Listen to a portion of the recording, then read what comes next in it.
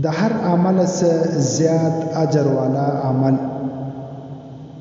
نبی علیه الصلاۃ والسلام ارشاد فرمایي چې آیا زه تاسو ته د دې عمل خبر نکم در چې هغه تاسو په اعمالو کې در ټولو بهترینه وي او تاسو د باچا په نیز ډیر غټ پاکیزه وي او تاسو درجات او د ټولو څخه زیات بلند کول والا وي، د سپینو زرو او د سرو زرو صدقه څخه هم بهتر وي او په جهاد کې د دشمن ختمول یا دشمن تاسو شیدول څخه هم بهتر وي.